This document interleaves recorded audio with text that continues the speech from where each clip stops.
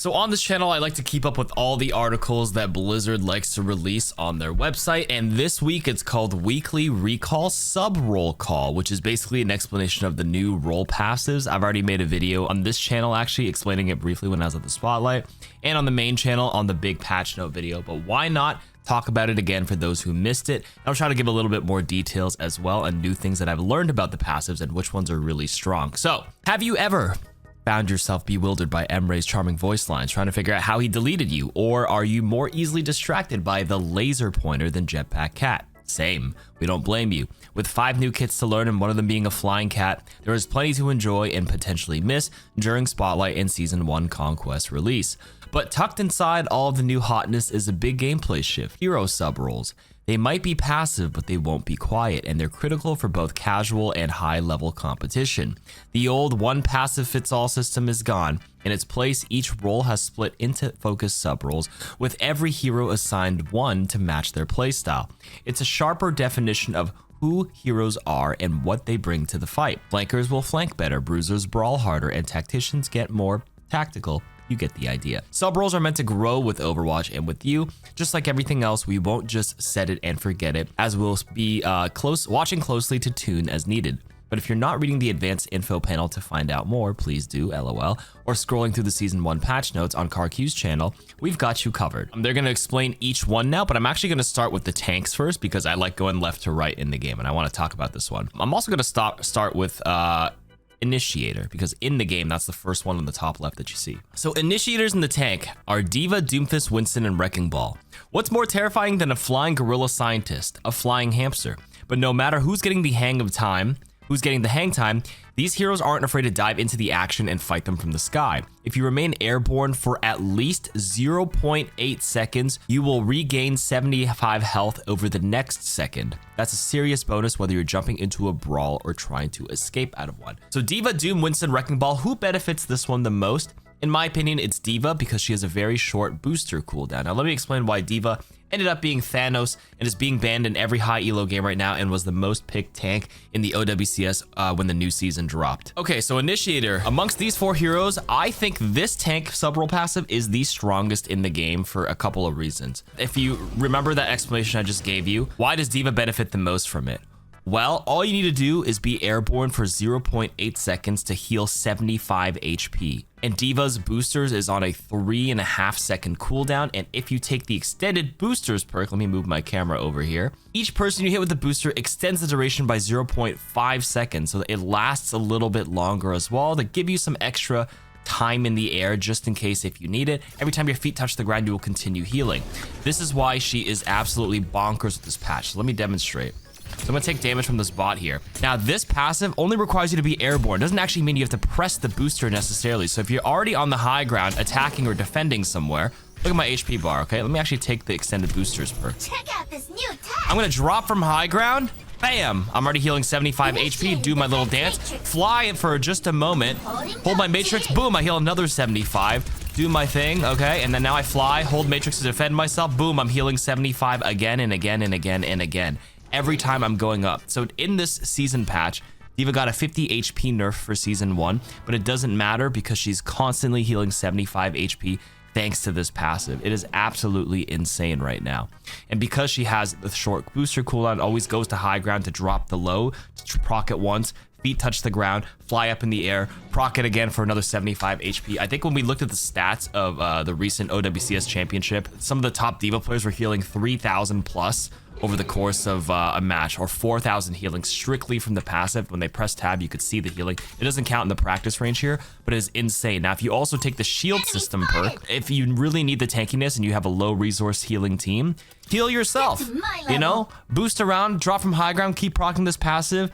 And now you have, if you take the shield system perk, Defense Matrix will now restore your shields based on 25% of the damage absorbed. So even if you take damage on this blue HP, your passive can proc, you can matrix some of the high projectiles, and then bam, you're back to full health. So D.Va is absolutely Thanos, in my opinion, one of the best tanks this season.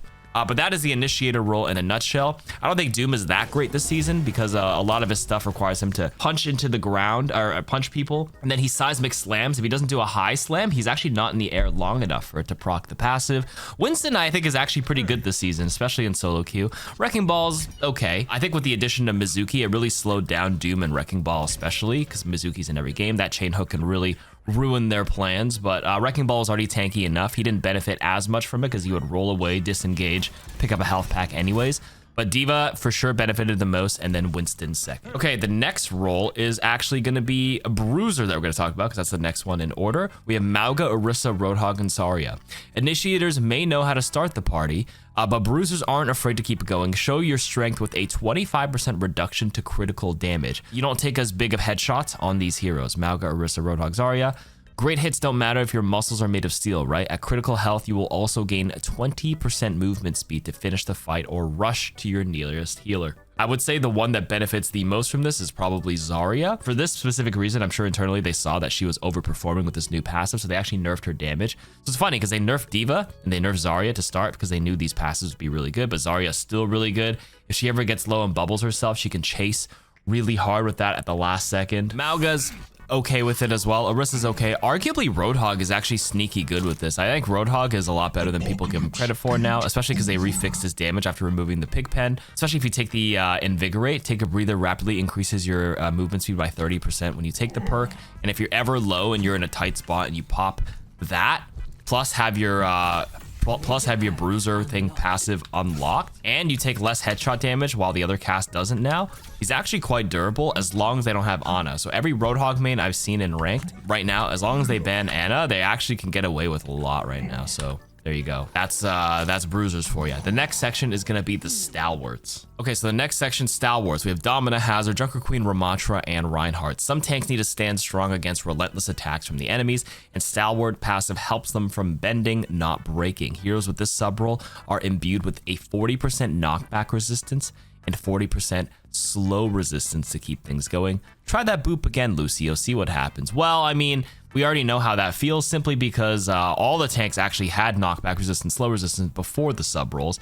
So all the tanks previously had this. This is just basically having these tanks have what they already previously had before the season 1 patch, except now they lose the headshot reduction and stuff like that. That being said, these tanks being durable, I actually think a lot of these Stalwarts are pretty good this season, Domina being the best one. What the hell's Sigma? Okay, so they ended up missing Sigma on the written list here, but Sigma counts as well. Being pretty sturdy is pretty solid. There's not much to add to this. I think most of these tanks are pretty good this season, Domina being the best one. I think Ramattra is sneaky good against Domina, by the way. There's a lot of Dominas running your games, and Ramattra, I know, doesn't have a crazy win rate on the stats on the back end, but I actually think Absolute Brawl, just punching through all her shields, is actually really good. So you got that going for him. But I will say, outside of Domina, I think Sigma is probably your next best tank in this section. But overall, I think D.Va is Thanos, Zarya is really good, Domina really good, Sig really good. Ramattra sneaky in this matchup for the most part. And yeah, that's the tank sub roles in a nutshell. Okay, now we have the next sub role called the Specialist for the damage. For the damage sub role specialist, we have Bastion, Emre, Junkrat, Mei, Soldier 76.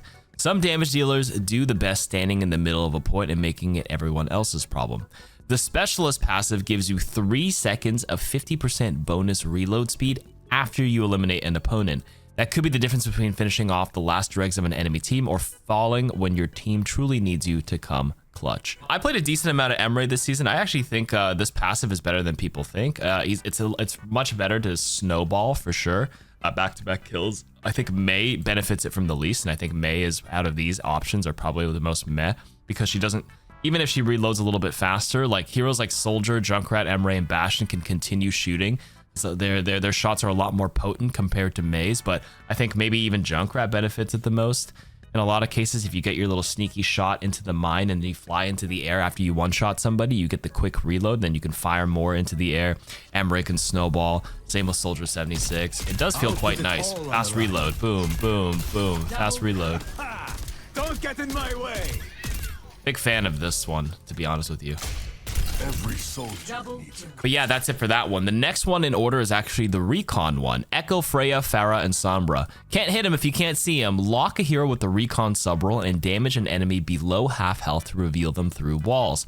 The effect only lasts 5 seconds though. So get in there for the killing blow post haste. This pairs especially well with abilities like Echo's focusing beam, which do additional damage to opponents under half health. Okay, so when we go in game, I think the thing that sucks the most for the Recon heroes is probably Sombra, because she actually had this baked into her old passive. Now that's removed and it is a sub role. It's not unique to her anymore, so I know a lot of Sombra players were unhappy with that. But Recon is one of the weaker sub role passives, I would say, because I found out you can't actually ping people through it. This is only information for you that is revealed under when they're under half health. Obviously, they mentioned that Echo would benefit the most simply because, you know, you can see them and then that would allow you to maybe pre-fire your beam beforehand. But again, I think the buff to this could be just to simply let you ping through it, because right now if I ping, nothing happens. It just shoots the wall and it doesn't ping the actual target that's below half health. So that's something they could change, and it's some bit of feedback I would give to them, but this is not my favorite passive, just for the benefit of the team. But if you're an assassin, sure, good for you, I guess, but not as powerful as the other ones, in my opinion. But information is key. I mean, if you're utilizing it to its maximum capacity, sure, but if you're already shooting them under half, like, hopefully the opponents will pick up on the fact that they know that they can see you through the wall. Or I guess the takeaway point is, if you're playing against the Recon heroes, just know when you're under half health, they can see you, as long as they shot you, of course. Or another buff to it, now that I think about it, would be you detect them even without damaging them. Anybody who is under half health, you can be able to see them. Would that be a little too strong? Hard to say, but that's just something I just thought of right now. Let me know if I'm cooking with that idea or not. Next, we have the flanker role. We have Anran, Genji, Reaper, Tracer, Vendetta, and Venture. So if you think staying on the objective is so boring, heroes with the flanker sub role might be right up your alley. These agile heroes specialize in sneaky attacks and devious distraction. Since your healers may not always be able to reach you, the flanker passive grants an extra 75 points of healing with the use of a health pack. Okay, so if you are flanking and getting around the map without a support, this is fantastic.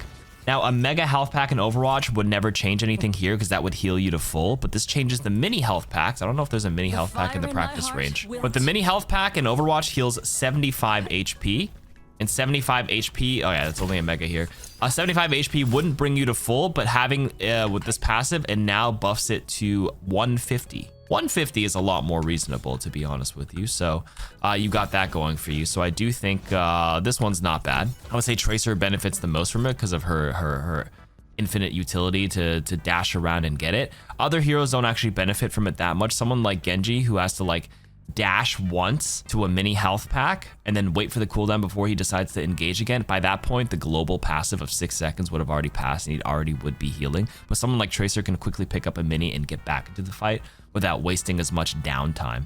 So, I mean, the flanker role also not too strong outside of maybe Tracer, and I think Tracer has been picked up a lot more this season because she can utilize that, so that's something to consider. Sharpshooter. Ashe, Cassidy, Hanzo, Sojourn, and Widow. Confident in your ability to click heads? Heroes with the Sharpshooter subrole reduce movement ability cooldowns with every critical hit, totaling 0.75% of the damage dealt. So here, for example, if you hit a clean arrow to an enemy noggin, as a Hanzo, you will be able to get lunge 1.875 seconds faster the next time you need it. So now I know that it's 100 damage means 1 second, is what they're basically saying. So if it's 75% of the damage dealt, they're saying a Hanzo critical hit is 250 damage. 75% of that is 187.5, aka 1.875 seconds, if that makes sense. So it's just basically that. So if I had to do the math for you really quick, so a take aim headshot would deal 150 to the head, right? Normally. So if I use my coach gun, it's on cooldown, 150 to the head. Look at my cooldown on the bottom right. Boom. 150 times 0.75 is 112.5. Basically 1.1 second off every headshot for your coach gun. That's basically what all it means. 1, 2. Yeah, you can just see it just at the bottom right, the cooldown just goes up or goes down by 1 second every time for the headshot. So almost 1 second per headshot for Ashe. Same with Cassidy, he does 140 per headshot, so it's almost 1 second for every headshot for the combat roll. Look at that, 3, 2, 1, boom. So 1.1 second for Ashe, 1 second for Cassidy, 1.875 seconds for Hanzo for his lunge. So yeah, you can see it almost goes down 2 seconds. For Sojourn, we shine together. Each of these little ones add up. Each headshot from the railgun is 18 damage, 18 times 0.75, 13, 0.13 seconds. I mean, if you land 10 of these, that's already 1 second. Someone like Sojourn who headshots 2 ways very rapidly could actually benefit quite a lot from this. So if I slide once, look at the cooldown, 7 seconds. Something like that could already reduce it by almost 3 to 4 seconds.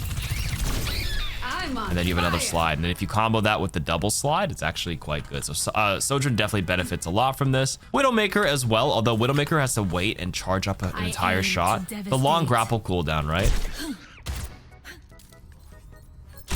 Each headshot from Widow does about 300 damage to a non-tank. So 300 damage times 0.75 is approximately 2.2 seconds off the grapple every time. So that one is a lot more potent. And if you actually take the Widow's Bite to charge it up even further and you hit a big chunky person, it's all proportional to how much HP they have left. So obviously if they're like 50 HP left like this, the next headshot won't actually reduce the cooldown by much because it's proportional to the damage actually dealt. But if you do hit someone who doesn't die for the full amount, it's almost 2.5, 3 seconds off each grapple. Big time stuff here. With the perk on, of course, but that passive is pretty good for the Sharpshooter, I would say. So, and if I had to guess, the best passives here are probably Sharpshooter, to Specialist, to Flanker, then to Recon. All right, and now finally for the support roles, what do we have here for the passives? The first one is going to be Tactician for Ana, Baptiste, Jetpack Cat, Lucio, and Zenyatta. So for heroes who can shift the tide of battle with a well-placed ult, the Tactician sub-role helps supercharge their ability to gain another. They will retain excess ult charge after using one, up to 25% of their total ult charge. Tacticians will also gain 25% less charge if they're at or over full health. So that means for these heroes, these tacticians, you can sit on your ultimate and wait for a better time and not feel like you're wasting that much time. So sometimes the best option as an Ana is to wait for your Genji to get their blade, of course, right?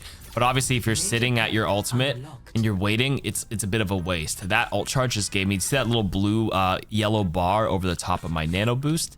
Once I send out the nano, if it's full, it's 25% ultimate charge gained towards the next one. So I start the next nano 25% of the way through.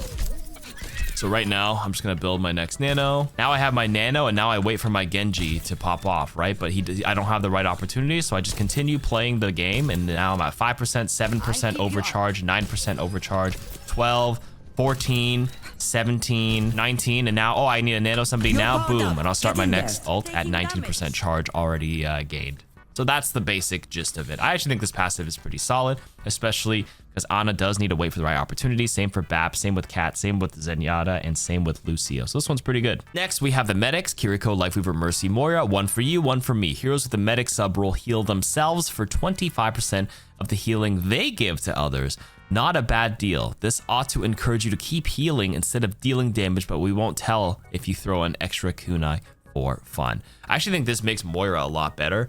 Mercy, not so much, because Mercy already had this baked into her her old passive, which is a little strange. Lifeweaver is already a very safe hero with the pedal platform and with the dash, rejuvenating dash. He's already doesn't really need it that much. The one who's like active in combat the most out of these ones and has the high risk of dying, which would benefit the most, is Kiriko and Moira.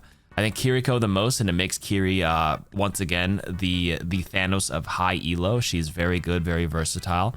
But being able to self-heal, pocket somebody, especially now with Kiri's papers going a lot faster combined with this and healing the tank, makes it so even if you're getting chipped away by a tracer or a flanker, you can bring back a lot of your HP. So that's really good for her. Let's just move on to the last one, Survivor. Brig, Illari, Juno, Mizuki, and Wuyang. So now if you choose the Survivor subrole, it activates the passive health regen upon the usage of a movement ability. So that would be for Brig Shield Bash, Juno's Speed Ring, Illari Outburst, Mizuki's Katashiro Return, and Wuyang's Torrent Rush, or whatever it's called. Escape out of danger or from behind your nearest chunky tank to regain health and get back to the fight at top speed. I actually think if you use the Survivor one correctly, it's actually pretty solid. It doesn't mean it means you don't have to burn your own cooldowns. It means you can proc it whenever you need to. It'll start it, but obviously if you take damage on the passive healing, it gets interrupted right away. So it's only Really useful if you can get out of danger with it immediately, because the moment you take damage again, it stops activating. So something with Mizuki is that his Katashiro return will proc the self-healing passive, even while you're CC'd like Sleep Dart, which is something unique to him. But here, let me demonstrate how powerful this is, only if you can actually escape combat. So obviously healing a decent bit because of the natural passive healing, but the moment I press Katashiro, bam, look at my HP. I'm regenning like crazy. However, the moment I take damage, it stops it right away. So obviously, if you use any of these abilities while you're in combat, the self regen doesn't really, it just heals you like 22.5 HP at minimum, and then it's interrupted right away. But if you can use your bash to get out at the right time and stop taking damage very quickly, same with Outburst, same with Juno, Glide Boost, Katashiro, and the Rushing Torrent, if you use that to get out of LOS and cover right away, that healing over time is very powerful. But again, you have to make sure you do it and you stop taking damage, or else it's kind of a null point. But overall, if you use correct, I think this passive is pretty good. That is the sub-role passives explained once again for the third time. Hopefully, maybe that cleared some things up for you, and maybe you can share this with a friend who still doesn't understand what's going on, or maybe if you learned something new, let me know. All right, that's it for the blog article today. Thanks for listening to me yap, and see you on the battlefield.